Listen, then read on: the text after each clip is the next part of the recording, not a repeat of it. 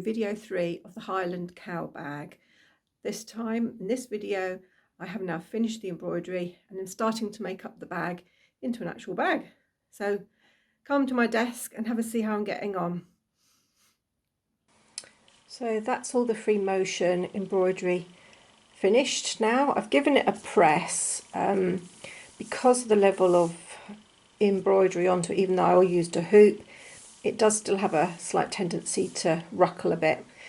It's a bag, so it doesn't really matter. If I was to do this as a picture, I probably would leave a stabiliser on it. But as I said, I'm quite happy with it at the moment. I'm just going to finish off making it up and I'll show you the next stages.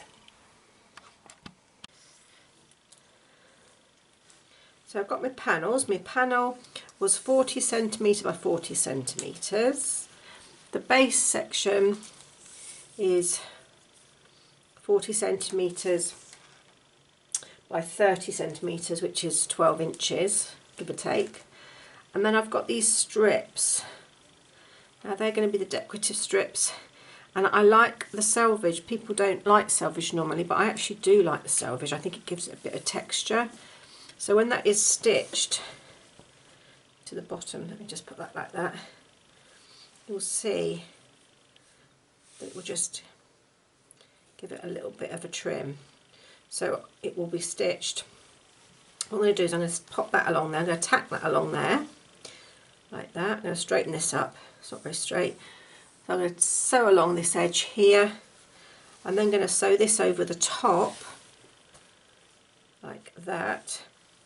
And then flip that down so you get that going on, and then that will be top stitched, and I should do that, repeat on the other side. So I'll come back once that's stitched.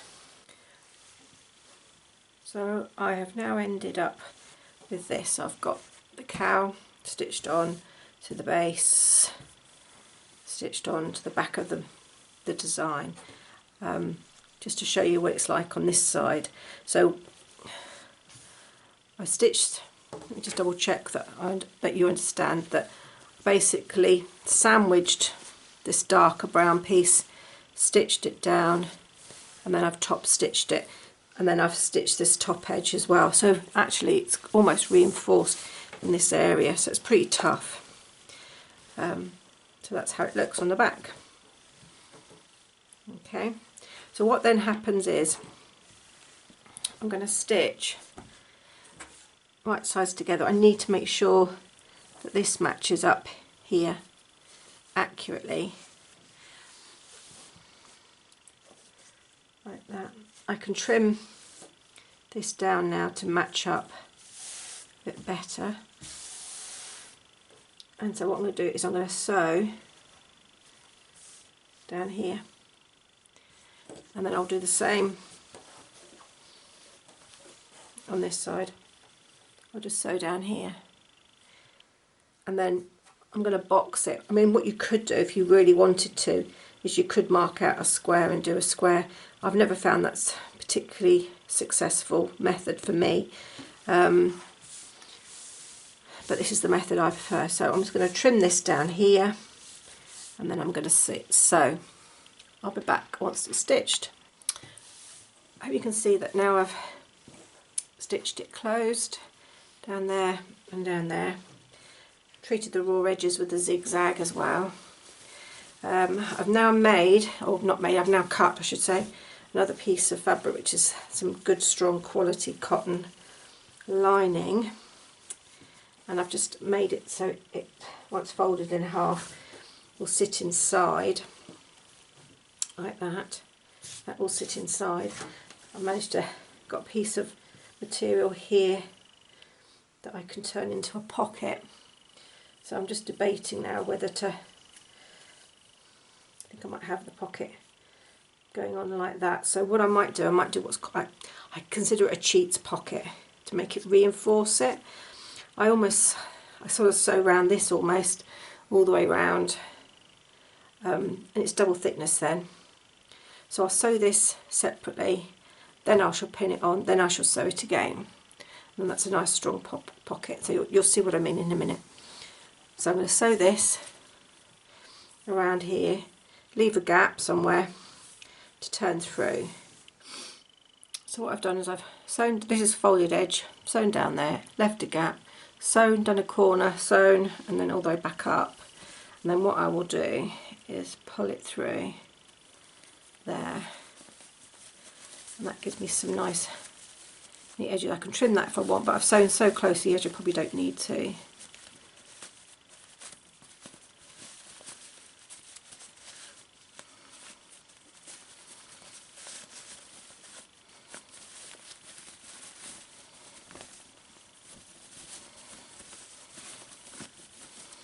So one, it reinforces the pocket, and two, it's kind of like a cheat's way of getting some nice straight edges rather than folding it and it fraying like that. So this is the lining. It's already folded in half, so I've got to remember to open it up. I'm trying to work out, that's where your seam allowance will be at the top. I don't want it to be too far down the bag, so I'm going to go for there. If I'm not sure, I can measure this. So what am I doing? 4 inches. That's not bad. I want to straighten it up. Straighten it up there.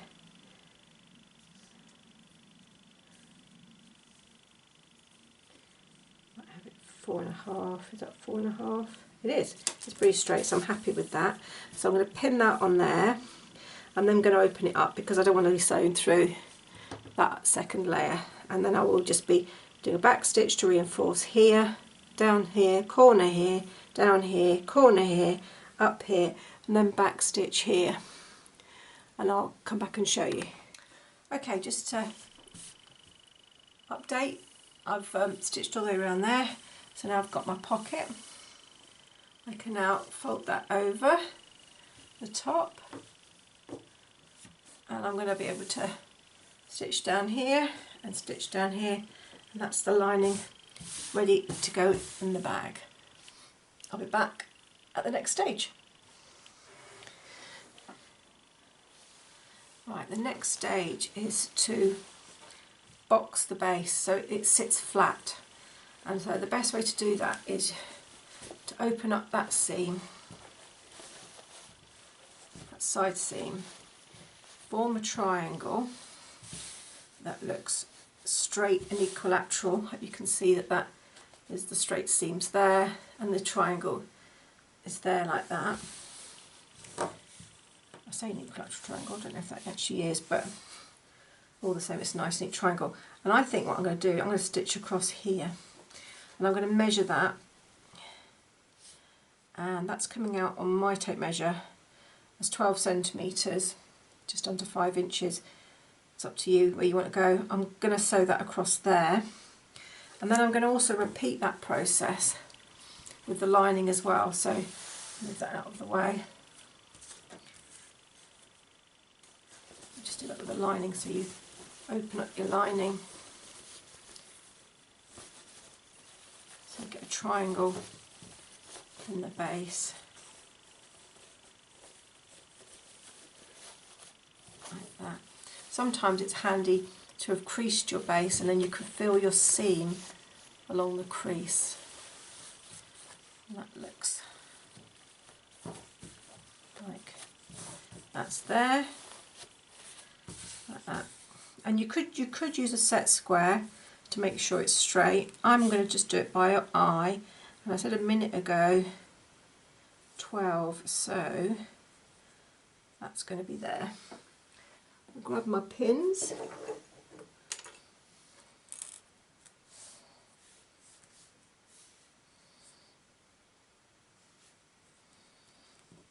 So you could get some kind of set square out if you wanted to make sure it's absolutely accurate.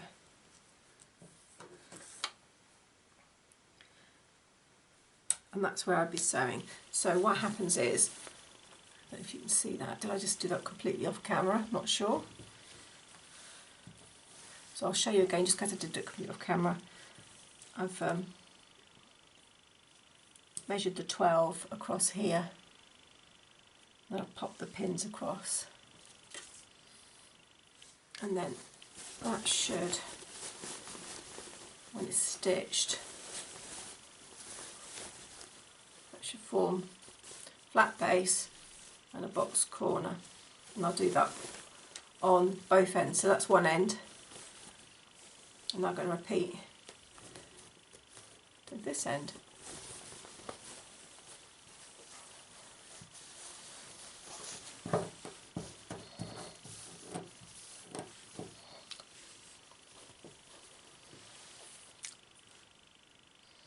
Can be a bit of a fiddle.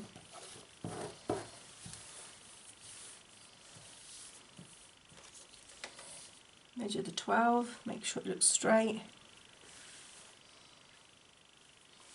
It looks straight. Find some pins.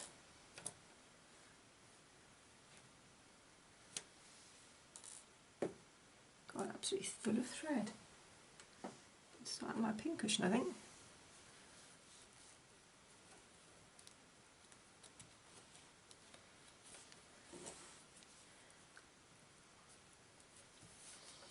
And you might want to make it a bit straighter than that, then I've pinned it. Re-pin it until it's straight. Double check your measurements.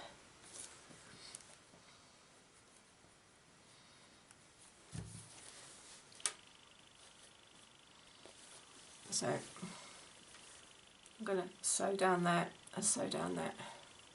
I'm going to do that on the lining and on the outer bag. So you can't see, because unfortunately it's the matching thread, but I have stitched along that edge there, and I've done that on the opposite side. I could choose to cut that off, but I'm going to leave it because I kind of feel it adds to the firmness of it, reinforcement of it, if you like. So if I turn it through, you'll now see it forms the base of the bag. You can see that. So it's like a square bottom to the bag. So if I pop that like that, yeah, you can see kind of stands up. I might change the angle of the camera so you can see it a bit better. Right, so I'm hoping now that's a better angle, and you can see it's given it a bit of a box base. Like that. There we are. And that's the same with the lining. So as I say, I've sewn across, maybe to see it a bit better, sewn across there, and I've sewn across the other corner. And that should also be a box corner. However, saying that, we want to keep it that way in because we want the pocket on the inside, because it's going to go inside the bag. So I'm now going to match those box corners up.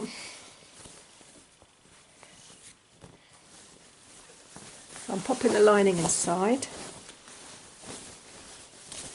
I like the pocket to be against my body myself, because if I've got my phone in there or a purse in there, I like to be able to feel the weight of it on my hips.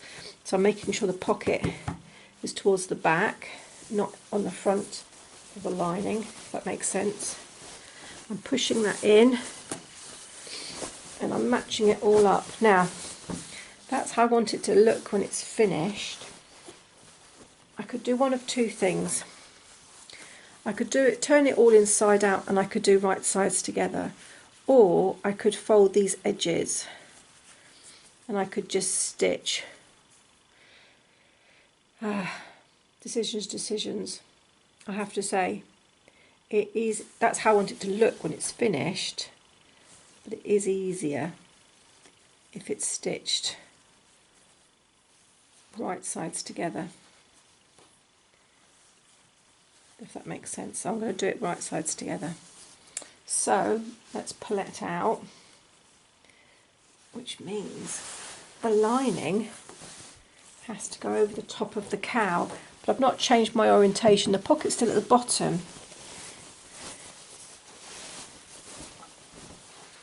Okay, so now the cow's hiding inside, and I can sew around the top better. So around the top, leave a gap that could be easily top stitched and almost hidden. Now the question is, do you put it right in the middle? Do you put it at the side? I think that's personal preference. I'm going to see how I get on. I might actually put mine in the middle. Okay, I've pinned it all the way around the top. Just to remind you, you can't see the pocket. The pocket's face to face inside. It's right sides together, so you can't see the cow, not the right side of the cow. That's all right sides together to the lining. I've decided to leave a gap at the back edge of the pocket side, so where the pocket is, because I don't want it appearing near the front of the cow's face. The further it is away from the face, the better. So I'm just going to sew around here. Before I sew, I ought to explain, I've just removed that section of the machine. Just on my machine, it just slides out, and that's given me the arm, so that I can slide that underneath to avoid sewing it all together. And I'm just going to sew all the way around. I'm just going to do a knot at the beginning to start me off, and I'm just sewing round. I'm just pulling it towards me. I've got a pin just here coming up, so I'll sew to the pin. Technically I can sew over the pin, but I'm not chancing it today.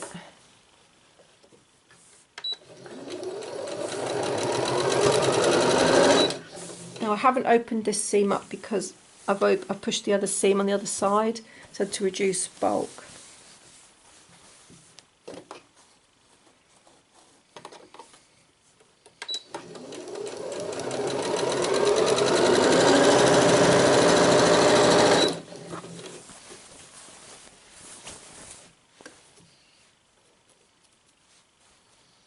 Taking the pins out as I go, and I also like to make sure top edge, because I don't like to put too many pins in, so I'm just double checking my top edge is still straight.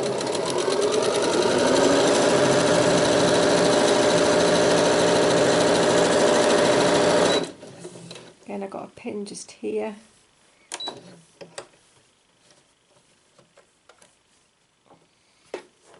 Making sure I've got the seam one way, one seam the other, to reduce the bulk. Got lots of threads everywhere. Need to snip off.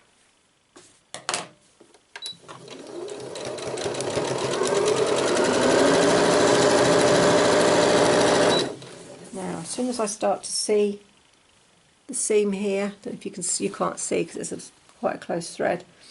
I want to leave a gap, so I'm stopping there. I'm going to do a dot knot there. Take it out. When I say dot knot, my sewing machine has a knotting mechanism. If yours doesn't, use your back stitch. You don't need many, 2 or 3 is enough. And then that gap here, I'll just pull the bag. It's called bagging through. Hence the term bagging through. Whenever you do any type of lining on any garment, the method is called bagging through. And there we go, there's the lining popping out. And at the moment, the lining is outside of the bag. But as soon as I push that in, I'm pushing it now inside the bag. Hopefully you can see that. I'm not too close to the camera.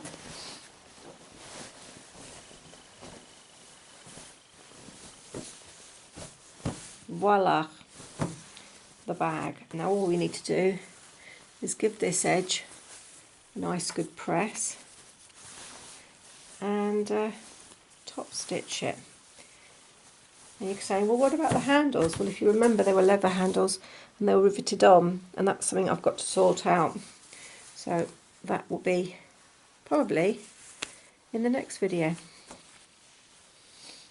Bye bye for now. Thank you for joining me. I look forward to seeing you again soon.